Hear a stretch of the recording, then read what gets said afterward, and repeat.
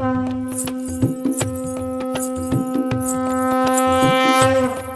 श्री कृष्ण प्रिय भक्तों, कैसे हैं आप सब। आज हम आपके लिए लेकर आए हैं उत्पत्ति एकादशी की व्रत कथा। उत्पत्ति एकादशी के दिन ही माता एकादशी का जन्म हुआ है। कथा शुरू करने से पहले एक जयकारा तो बनता है, बोलो एकादशी मैया की जय हो। तो आइए मिलकर श्रवण करते हैं इस पावन कथा को।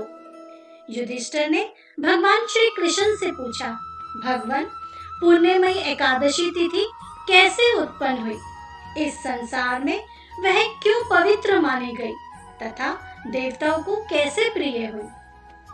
भगवान श्री कृष्ण बोले, कुंती नंदन, प्राचीन समय की बात है। सतयुग में मुर नामक दानव रहता था।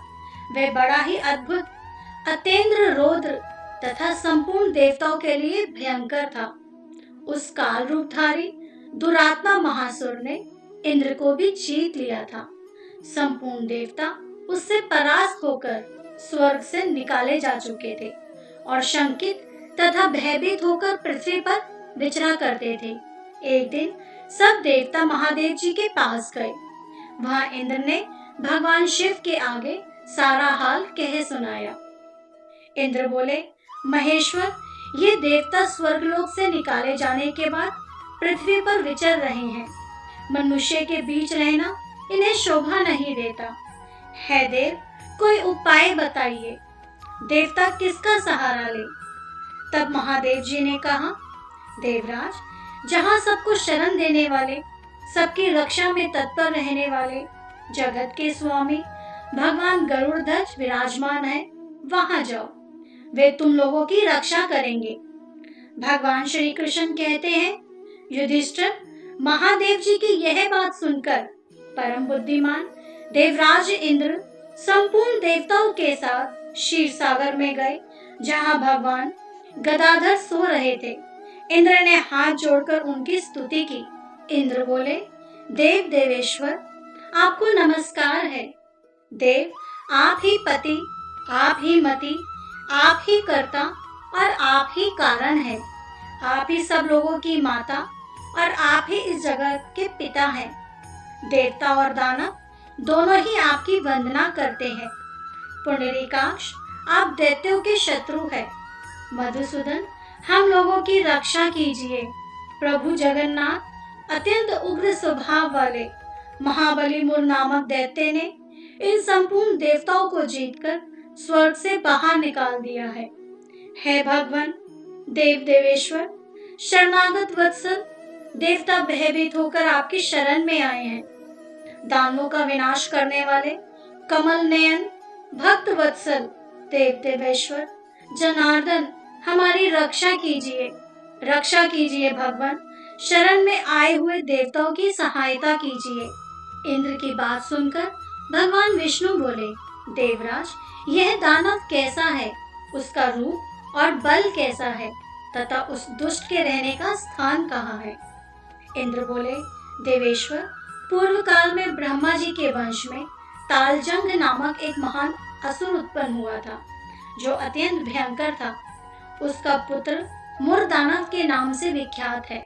वह भी अत्यंत उत्कट, महाप्रक्रमी और देवताओं के लिए भयंकर है। चंद्रावती नाम से प्रसिद्ध एक नगरी है, उसी में स्थान बनाकर वह निवास करता है। उस दैत्य ने समस्त देवताओं को परास्त करके उन्हें स्वर्गलोक से बाहर कर दिया है।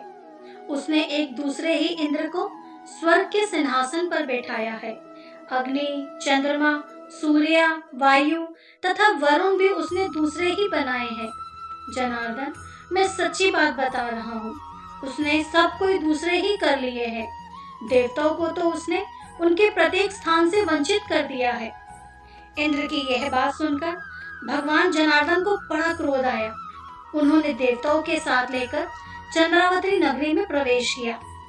भगवान गदाधर ने देखा कि दैत्यराज बारंबार गर्जना कर रहा है और उससे परास्त होकर संपूर्ण देवता दसों दिशाओं में भाग रहे हैं। अब वह दानव भगवान विष्णु को देखकर बोला, खड़ा रहे, खड़ा रहे। उसकी यह ललकार सुनकर भगवान के नेत्र क्रोध से लाल हो गए। वे बोले, अरे दुराचारी दानव, मेरे इन भुजाओं को देख। यह कहकर श्री विष्णु ने अपने दिव्य बाणों से सामने आए हुए दुष्ट दानवों को मारना आरंभ किया। दानव भय से विहल हो उठे। तत्पश्चात श्री विष्णु ने दैत्य सेना पर चक्र का प्रहार किया।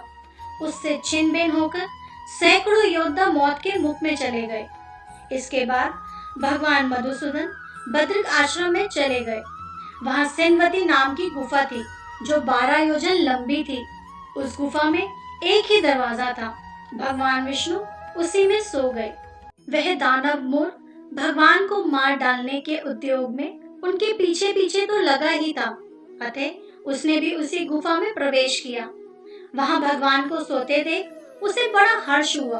उसने सोचा, यह दानवों को भय देने वाला देवता है, अतः निसंदेह इसे मार डालूंगा।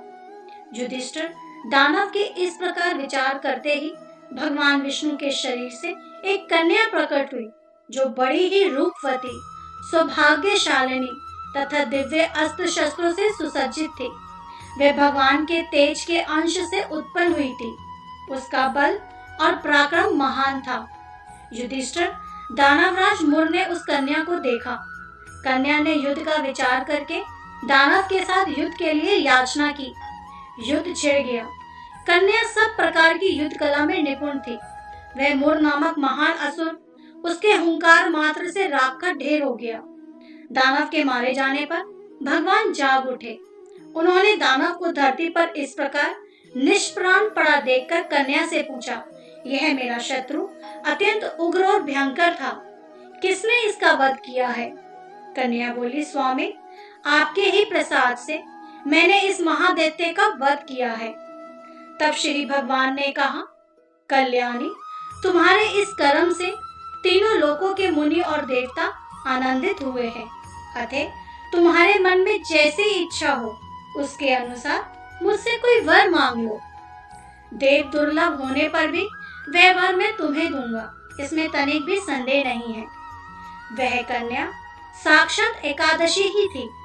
उसने कहा, प्रभु, यदि आप प्रसन्न हैं तो मैं आपकी कृपा से सब तीर्थों में प्रधान, समस्त विघ्नों का नाश करने वाली तथा सब प्रकार की सिद्धि देने वाली देवी हूँ। जनार्दन, जो लोग आप में भक्ति रखते हुए मेरे दिन को उपवास करेंगे उन्हें सब प्रकार की सिद्धि प्राप्त हो।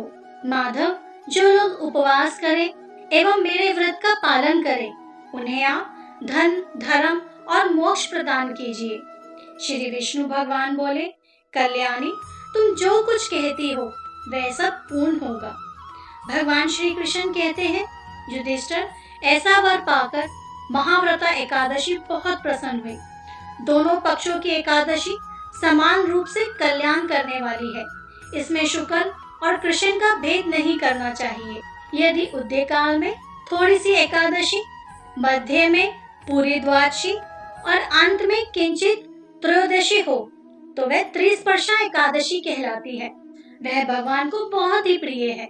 यदि एक त्रिस्पर्शा एकादशी को उपवास कर लिया जाए तो 1000 एकादशी व्रतों का फल प्राप्त होता है तथा इसी प्रकार द्वादशी में पारण करने पर 1000 गुना फल माना गया है।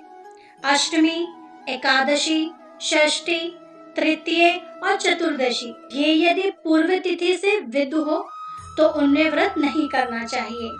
परिवर्तनी तिथि से युक्त होने पर ही इनमें उपवास का विधान है।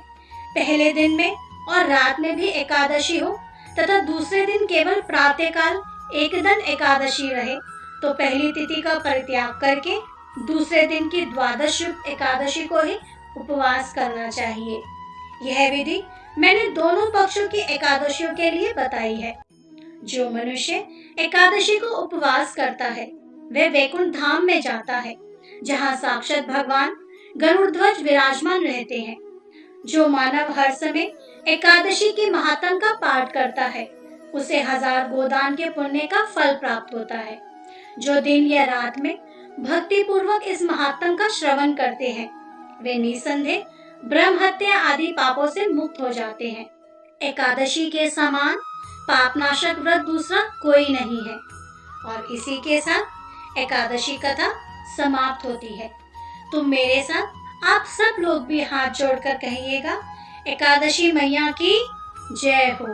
प्रिय भक्तों, अगर आप हमारे चैनल पर पहली बार आए हैं तो चैनल को लाइक, सब्सक्राइब एंड शेयर करना बिल्कुल ना भूलें। जय जय श्री कृष्ण।